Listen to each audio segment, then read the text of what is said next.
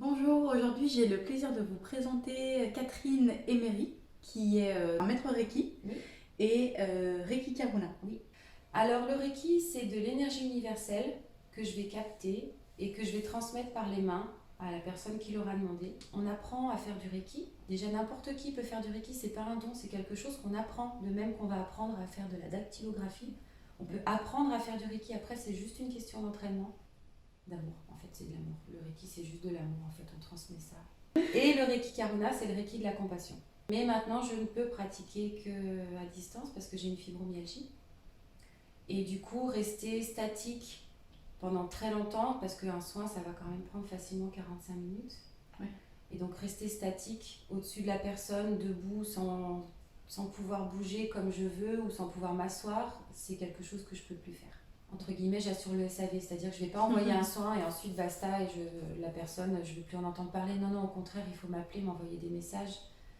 C'est super important d'avoir un échange. Donc le Reiki, recevoir du Reiki, on n'est pas forcément obligé d'aller très mal, on n'est pas forcément obligé d'avoir une problématique hyper précise. Des fois, c'est juste retrouver de l'énergie qu'on a perdue, ça permet de refaire circuler l'énergie à l'intérieur, tout simplement. Après, ça peut faire sauter des verrous aussi, des choses auxquelles on n'avait pas pensé. Ça peut aller très loin, ça peut aller dans les mémoires karmiques aussi, ça peut aller dans les vies antérieures, dans toutes les couches d'énergie qu'on a autour de soi. J'aime bien faire des soins à des gens qui n'y croient pas du tout. Et vous pouvez aller lire sur le blog de Crane sur le Reiki, c'est super drôle. Elle s'est endormie comme une souche, elle m'a rappelé 2 heures après, elle me dit c'est quoi ce truc, c'est trop bizarre en fait. Elle a pleuré comme une madeleine. En fait au départ c'est simplement parce que j'étais en train de discuter avec une amie qui me dit qu'elle s'est fait faire un soin Reiki, que ça avait eu beaucoup de résonance en elle. Je me suis dit tiens je vais essayer. Je ne savais même pas que ça existait. C'était il y a 5 ans à peu près.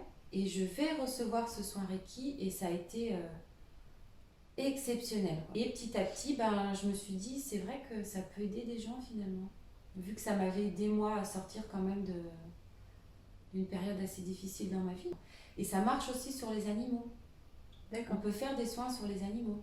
J'ai créé un jeu de cartes avec ce que j'ai acquis comme expérience, avec ce que j'ai acquis comme connaissance. C'est un jeu de cartes qui est quand même très axé bouddhiste et Reiki, parce que ce sont vraiment des choses que je vis profondément. Et c'est un jeu de cartes que je fais pour les personnes qui le demandent et que je vends. Et je les fais en fonction de la personne. C'est-à-dire qu'on va me demander un jeu de cartes, ils vont tous être numérotés, les jeux de cartes. C'est une production totalement artisanale. C'est-à-dire que chaque personne aura son propre jeu de cartes. Merci beaucoup. Merci à toi d'être venu. Et à bientôt.